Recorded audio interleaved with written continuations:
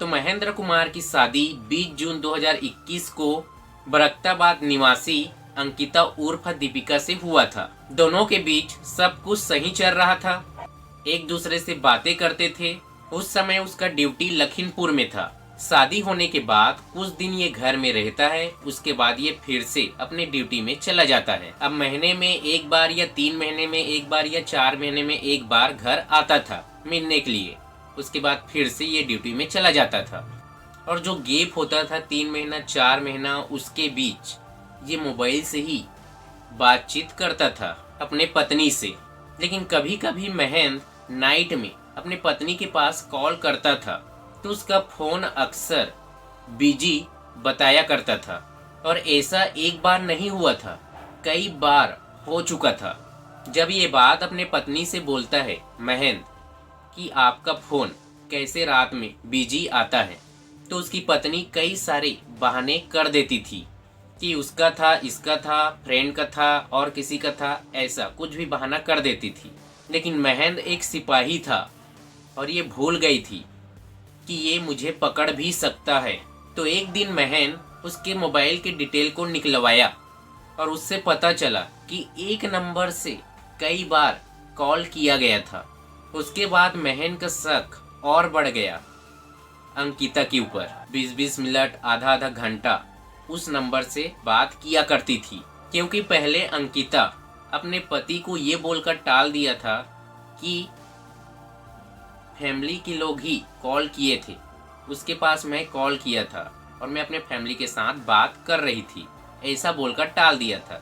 लेकिन जब महेंद्र उसके कॉल डिटेल को निकलवाया, उससे पता चला कि एक नंबर से कई बार कॉल किया करती थी और आगे से भी करता था। आपके सिटी में या विलेज में ऐसा देखने के लिए आपको मिला होगा, सुनने के लिए मिला होगा।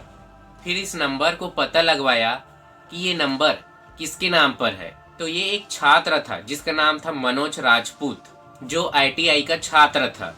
तो जैसे ही महेंद्र को पता चलता है अपने बीबी के अफेयर के बारे में, तो ये बहुत ही ज़्यादा गुस्सा हो जाता है और गुस्से गुस्से में अपने बीबी को ये बोलता है, मतलब अपने पत्नी को ये बोलता है कि अब आपको चुनना पड़ेगा कि आप मनोज के पास जाओगे या आप मेरे पास रहोगे। तो उसकी पत्नी अपने पति के साथ ही रहना पसंद करती है और ये लड़का शादी के बाद भी अंकिता से मिलने के लिए जाता था। लेकिन ये बात महेंद्र को पता नहीं था, क्योंकि उसका ड्यूटी बाहर लगा हुआ था। तो इसका फायदा मनोज उठाता था। लेकिन ये जो क्राइम स्टोरी था ये यहीं तक ख़त्म नहीं हुआ था। तो मैं आपको बताने वाला था महेंद्र और उसकी पत्नी जो मिलकर करने वाला है, ये अब किसी को भी पता नहीं था ये दोनों मिलकर क्या करने वाला है मनोज के साथ। तो महेंद्र एक सिपाही था और उसे पता था कि जो इंसान क्राइम करता है, क्राइम करने के बाद पुलिस उन तक कैसे पहुंचता है, कैसे पता लगाता है, उसके बारे में सब कुछ पता था महेंद्र को। तो इसीलिए महेंद्र अपने पत्नी के साथ मिलकर एक प्लानिंग बनाया और उनमें 3 लोग और शामिल थे। 2 लोग उसके साले थे और एक उसका फ्रेंड था। तो महेंद्र सिपाही फर्जी आधार कार्ड से 2 सिम खरीद लेता है, एक अपने पत्नी को देता है और दूसरा सिम अपने पास रखता है कीपैड फोन के अंदर लगाने के लिए। उसके पति अपने पत्नी को बोलता है इसी नंबर से मनोज के पास भी कॉल करना और इस नंबर से मेरे पास भी कॉल करना, जिससे कॉल के डिटेल पुलिस को पता नहीं चलेगा और इससे पुलिस गुमराह रहेगा। उसे मारने का प्लान बना लिया था मोहन राजपूत को। तो 21 मार्च को उनका ड्यूटी अयोध्या में लगा हुआ था और ये ड्यूटी खत्म करके लखीमपुर जाने वाला था और ये बात अपने पत्नी को बताया था और ये भी बोला था ये अपने पत्नी को कि मनोज को कॉल करके बुलाना मिलने के लिए और मैं वहीं आऊँगा और हत्या करके फिर से लखीमपुर चला जाऊँगा। तो उस दिन उसकी पत्नी बार बार मनोज के पास कॉल करती है, मेरे से मिलने के लिए आओ। और ये कॉल एक बार नहीं किया था, 20 से 35 बार उसके पास कॉल किया था। तो उसके पति के कहने पर लड़का तो साफ मना कर दिया था कि मैं तुमसे मिलने के लिए नहीं आऊँगा, लेकिन इतना बार कॉल किया उसके पास, फिर उसे आना पड़ा इससे मिलने के लिए। नगवा पुल के पास मिलने के लिए बुलाता है तो ककोड़ी के पानखेड़ा निवासी मनोज राजपूत शुक्रवार रात 8 बजे अपने दोस्त रोहित राजपूत के साथ जन्मदिन में पार्टी की बात कहकर निकलता है और ये अपने घर में भी यही बताता है कि मैं अपने फ्रेंड के जन्मदिन पर जा रहा हूँ। ऐसा ही बताकर ये दोनों अपने घर से निकलते हैं और जहाँ अंकिता बुलाई थी वहीं ये दोनों पहुंच जाते हैं। उस समय महन के 2 साले थे और उसके एक फ्रेंड थे और उसकी पत्नी भी साथ में थी।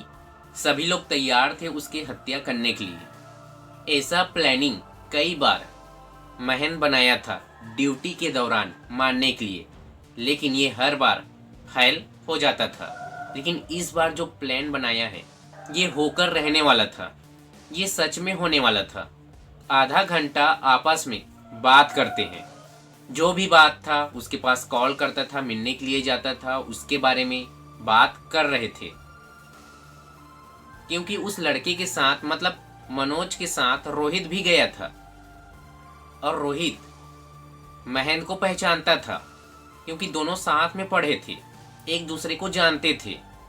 इसीलिए आधा घंटा आपस में ही बात कर रहे थे। अब जैसे ही बात खत्म हुआ, मनोज अपने बाइक में बैठता है, रोहित भी उसके साथ उसके पीछे बाइक में बैठता है और उसी समय महेंद्र पीछे से उसके ऊपर वार करता है। मौके पर ही उसका हत्या हो जाता है। रोहित अपने दोस्त को छुड़वाने का प्रयास करता है, लेकिन महेंद्र भी उसे मार देता है। महेंद्र उसे मारना नहीं चाहता था, लेकिन रोहित उसे पहचानता था। डर था कि रोहित जाकर मेरे बारे में और किसी को बता देगा, इसीलिए उसे भी मार देता है।